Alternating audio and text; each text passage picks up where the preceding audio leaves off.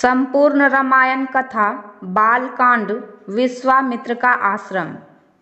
चलते चलते way one के अंधकार से निकलकर ऐसे स्थान पर पहुँचे जो भगवान भास्कर के दिव्य प्रकाश से आलोकित हो रहा था और सामने नाना प्रकार के सुंदर वृक्ष, मनोरम उपत्यका एवं मनोमुग्धकारी दृश्य दिखाई दे रहे थे।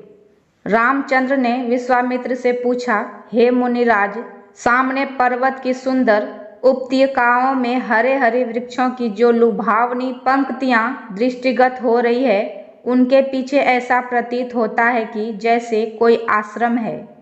क्या वास्तव में ऐसा है या यह मेरी कल्पना मात्र है? वहाँ सुंदर सुंदर मधुरभाषी पक्षियों के झुंड भी दिखाई दे रहे हैं, जिससे प्रतीत होता है कि यह मेरी कल्पना निराधार नहीं है।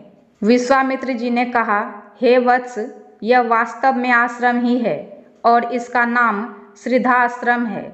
यह सुनकर लक्ष्मण ने पूछा, गुरुदेव, इसका नाम श्रीधा आश्रम क्यों पड़ा? विश्वामित्र जी ने कहा, इस संबंध में भी एक कथा प्रचलित है। प्राचीन काल में बलि नाम का एक राक्षस था। बलि बहुत पराक्रमी और बलशाली था, समस्त देवताओं को पराजित कर चुका था। एक बार उसी बलि ने यहाँ पर एक महान यज्ञ का अनुष्ठान किया था। इस यज्ञानुष्ठान से उसकी शक्ति में और भी वृद्धि हो जाने वाली थी। इस बात का विचार करके देवराज इंद्र अत्यंत भयभीत हो गया। इंद्र समस्त देवताओं को साथ लेकर भगवान विष्णु के पास पहुंचा और उनकी स्तुति करने के पश्चात उनसे प्रार्थना की, हे त्रिलोकीनाथ, राजा बलि ने समस्त देवताओं को परास्त कर दिया है और अब वह एक विराट यज्ञ कर रहा है। वह महादानी और उदार हृदय राक्षस है।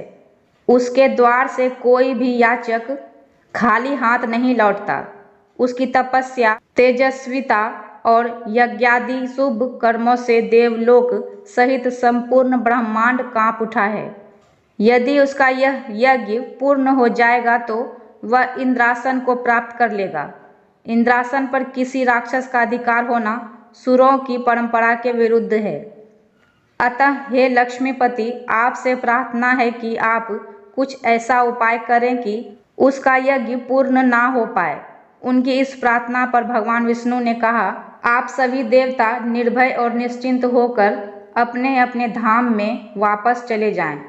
आप लोगों का मनोरथ पूर्ण करने के लिए मैं शीघ्र ही उपाय करूंगा। देवताओं के चले जाने के बाद भगवान विष्णु वामन बौने का अवतार धारण करके वहां पहुंचे जहां पर बलि यज्ञ कर रहा था। इस बौने किंतु परम तेजस्वी ब्राह्मण से राजा बलि अत्यधिक प्रभावित हुए और बोले, प्रियवर, आपका स्वागत है। आज्ञा कीजिए, मैं आपकी क्या सेवा कर सकता हूँ? बलि के इस तरह कहने पर वामन रूपधारी भगवान विष्णु ने कहा, राजन, मुझे बैठकर भगवान का भजन करने के लिए सिर्फ 2.5 डेग भूमि की आवश्यकता है। इस पर राजा बलि ने प्रसन्नता पूर्वक वामन को 2.5 डेग भूमि नापने की अनुमति दे दी। अनुमति मिलते ही भगवान विष्णु ने विराट रूप धारण किया और एक डेग में संपूर्ण आकाश को और दूसरे डेग में पृथ्वी सहित पूरे पाताल को नाप लिया और पूछा, राजन, आपका समस्त राज्य तो मेरे 2 डेग में ही आ गए। अब शेष आधा डेग से मैं क्या नापूं? बलि के द्वार से कभी भी कोई याचक खाली हाथ नहीं गया था। बलि इस याचक को भी निराश नहीं लौटने देना चाहता था। उसने कहा, हे ब्राह्मण, अभी मेरा शरीर बाकी है। आप मेरे इस शरीर पर अपना आधा पग रख दीजिए।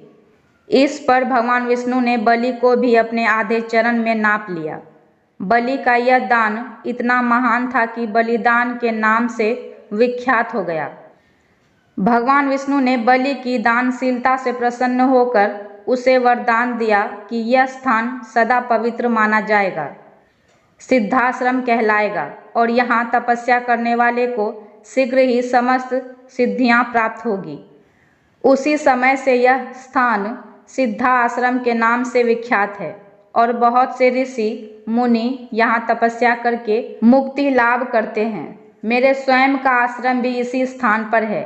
मैं यहीं बैठकर अपना यज्ञ संपन्न करना चाहता हूँ। जब जब मैंने यज्ञ प्रारंभ किया तब तब राक्षसों ने उसमें बाधा डाली है और उसे कभी पूर्ण नहीं होने दिया।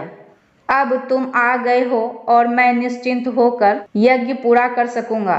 इस प्रकार की बातें करते हुए विश्वामित्र ने राम और लक्ष्मण के साथ अपने आश्रम में पदार्पण किया।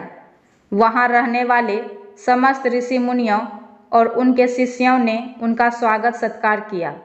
राम ने विनती स्वर में गुरु विश्वामित्र से कहा, मुनिराज, आप आज ही यज्ञ का शुभारंभ कीजिए। मैं आपको विश्वास दिलाता हूँ कि मैं आपके यज्ञ की रक्षा करते हुए इस पवित्र प्रदेश को राक्षसों से मुक्त कर दूंगा। राम के इन वचनों को सुनकर विश्वामित्र यज्ञ सामग्री एकत्रित करने में जुट गए।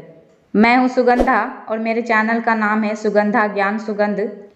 संपूर्ण रामायण कथा अगर आपको सुनना हो तो मेरे वीडियो को लाइक करें, कमेंट करें और मेरे चैनल को सब्सक्राइब करना ना भूलें। धन्यवाद।